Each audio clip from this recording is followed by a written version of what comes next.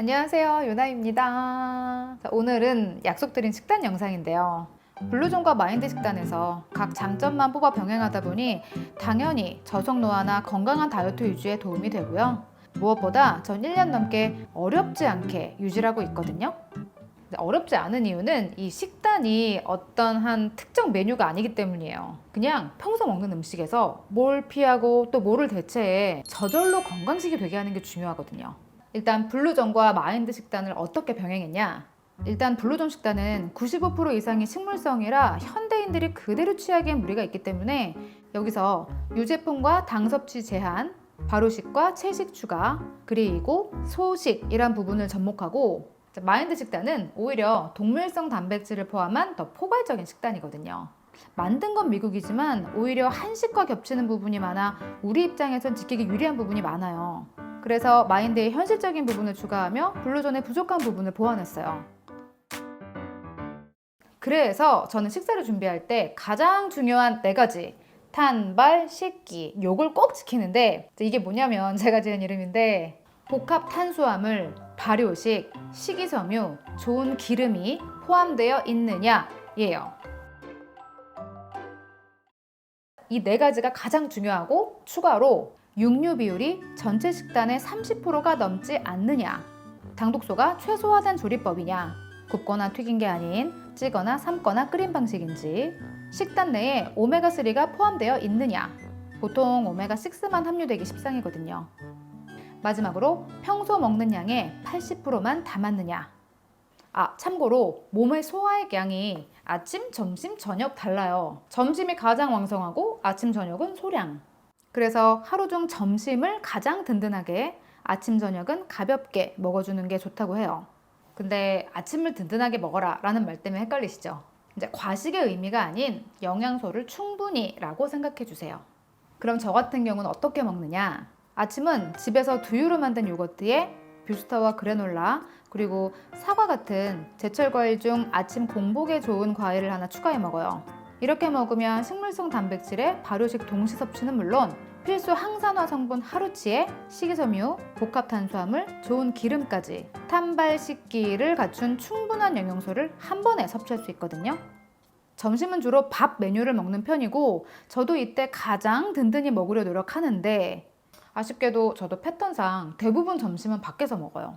사실 밖에선 아무리 건강하다는 컨셉의 식당을 찾아가도 내가 원하는 만큼 완벽할 순 없잖아요. 조리는 올리브 오일로 해주세요. 후라이는 당독소 없이. 볶을 때 고온은 안 돼요. 쫓겨나죠. 밖에서도 내 기준에 완벽하게 먹으려면 도시락을 싸가지고 나가는 게 확실하지만, 그러지 못할 땐 외부에선 일단 완벽이란 강박은 좀 내려놔요. 대신 최대 건강하게 선택해보자. 햄버거나 불향 입힌 제육볶음이 아니라 청국장이나 미역국, 나물 비빔밥, 샤브샤브처럼 굽거나 튀긴 조리법이 아니면서 양념이 자극적이지 않은 메뉴를 선택하고요. 여기에 거한 도시락까지는 아니어도 평소 채소라도 싸가지고 다니며 곁들여 보세요. 훨씬 도움 되거든요. 가령 밥 식단인 경우 청국장, 된장 이런 걸 먹을 땐 저염 제품을 사용하고 탄발 식기를 포함한 5가지를 지켜 상차림. 구성은 워낙 다양하게 할 수 있기 때문에 예시 정도로 참고해 주시고요. 잘 안 보이는 분들은 캡처해 주세요. 빵 식단인 경우도 탄발 식기를 지키는데, 특히나 굽거나 볶는 조리법을 꼭 써야 할 경우엔 당독소가 최소로 나올 수 있도록 온도를 신경 써요. 빵을 너무 바짝 굽지 않는다든지, 함께 곁들여 먹는 메뉴는 기왕이면 끓여 만드는 종류를 선택한다든지. 빵 식단도 역시나 현미 파스타를 비롯해 구성 정도 참고해 주세요. 물론 저녁엔 피곤하니까 막 이런 상차림까진 번거로울 때가 많죠. 저도 더 심플한 메뉴들 자주 먹거든요. 예를 들어 요즘 인스타에 자주 등장하는 양배추 메뉴들, 저 너무 좋아요. 정말 자주 만들어 먹는데 대부분 레시피가 쉬워요. 근데 결과물도 너무 맛있고, 양배추의 영양소 들여다보기 시작하면 진짜 보약이 따로 없거든요. 특히 저처럼 하체 잘 붙는 분들, 양배추 메뉴는 진짜 적극 추천이에요. 기본적으로 양배추는 채쳐서 활용하는데, 당근이랑 같이 먹으면 일단 궁합 너무 좋고요. 둘을 같이 살짝 쪄서 올리브 오일, 홀그레인 머스터드, 후추, 식초, 그리고 대체당 조금 넣어 라페처럼 버무리면 빵과 잘 어울리는데 전 두유 요거트 곁들여 탄발 식기 지키고요. 간장이나 액젓, 들기름, 들깨가루, 매실액이나 대체당 조금 넣어 버무리면 밥과 잘 어울리더라고요. 달걀 후라이 얹으면 너무 맛있는데 익는 기준 최대 낮은 온도로 해서 밥에 얹고 김치랑 김까지 곁들이면 맛 궁합도 탄발 식기도 완벽. 전 햄프시드는 모든 밥 위에 추가. 아시죠? 요즘 인스타 보니 라페처럼 만든 건 김밥에 넣어 말아먹는 분들도 계시더라고요. 이것도 매우 강추입니다. 물론 요즘처럼 호주에 있을 땐 이제 한식 재료를 사는 게 한계가 있거든요. 특히 성분 좋은 재료들. 그래서 저속 노화 레시피로 유명한 두부 김 무침 자주 먹어요. 너무 쉬워요. 물기 짠 두부에 파 썰어 넣는데 전 파향을 좋아해서 거의 두부 반, 파 반 넣고요. 액젓이나 간장 넣으면 좋은데 여긴 마땅한 제품이 없어서 연두로 활용. 마지막으로 무조미 구운 김 부셔서 넣어 버무려주면 끝!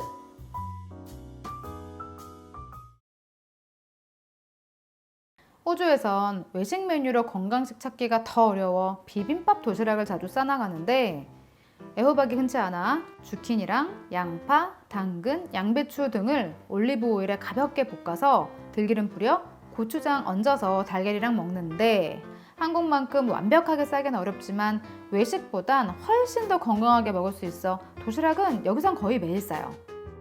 맛있어요? 네, 최고예요. 근데 영어 음식 얘기하는 것 같은데? 자, 그럼 탄발, 식기 각 어떤 음식들로 선택하면 좋은지 알려드릴게요. 탄수화물은 잡곡밥이나 천연 발효빵인 복합 탄수화물을 선택하시면 되고요. 지난 영상에서 알려드렸죠? 발효식은 한식에서 특히 다양하죠.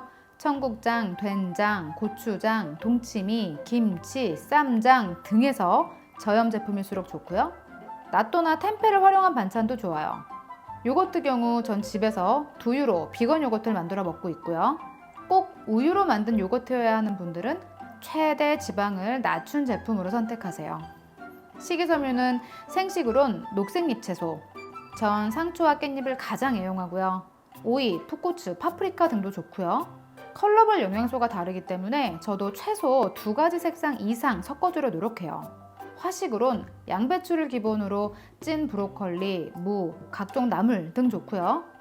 당근과 토마토는 생식, 화식 다 좋은데 지용성인 토마토의 라이코펜, 당근의 베타커로틴 섭취를 높이고 싶다면 올리브유에 살짝 익혀 먹는 것 추천. 좋은 기름은 일단 조리 시엔 식물성 기름 대신 올리브 오일을 사용. 고온 조리를 어차피 안 하기 때문에. 그리고 오메가3를 추가하기 위해 양념은 주로 들기름과 들깨가루 활용해요. 어렵다면 식사 시 쉽게 들기름 한 스푼 먹는 것도 매우 추천. 추가로 단백질은 뭘 먹는지. 동물성은 난각번호 1번, 무항생제, 유기농 등등이 체크된 달걀, 고등어 등의 생선, 새우, 굴과 같은 해산물 좋고요. 무항생제나 유기농, 목초먹인 등등이 체크된 닭고기 좋습니다. 식물성으론 다양해요. 두부, 비건 요거트, 템페, 나또, 청국장, 콩밥, 햄프시드, 그리고 병아리 콩으로 만든 후무스 등도 좋아요. 전 지금 요거트뿐 아니라 사실상 소에서 나오는 모든 걸 끊어가고 있어요. 소고기는 물론 버터, 우유, 우유로 만든 요거트, 치즈 등 소에서 나온 모든 음식을 최대 멀리하자. 이 내용은 좀 길어지니까 요건 다른 영상에서 따로 설명하도록 할게요. 참고로 요거트를 직접 만드는 이유는 사실 전 일일이 주문해 먹는 게 더 번거롭더라고요. 만드는 게 더 쉬워요. 그리고 좋은 균을 쓰는 게 중요하기도 하고요. 뷰스터랑 그래놀라 곁들여 먹을 때 궁합도 더 좋더라고요. 그래서 아침에 요 3개 궁합 유지 중이고요.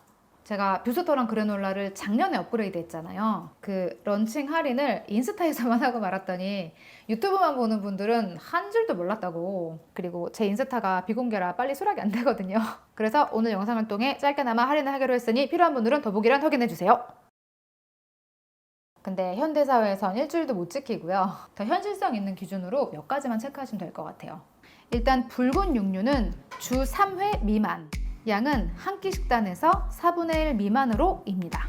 가급적 소는 피하시고요. 소는 정말 연중 행사로 드시는 게 좋아요. 가금류는 주 5회까지 오케이. 생선류는 역시나 주 5회까지 좋은데 단 참치는 피해주세요. 치킨과 같은 튀긴 음식 혹은 햄버거 같은 패스트푸드 주 1회 넘어가시면 안 돼요. 단 한 끼에 이거 한 가지로 배 채우는 건 절대 안 됩니다. 양파와 토마토 함께 먹는 거 추천. 탄산음료나 맥주 땡긴다면 탄산수에 식초 넣어 함께 먹는 것 추천.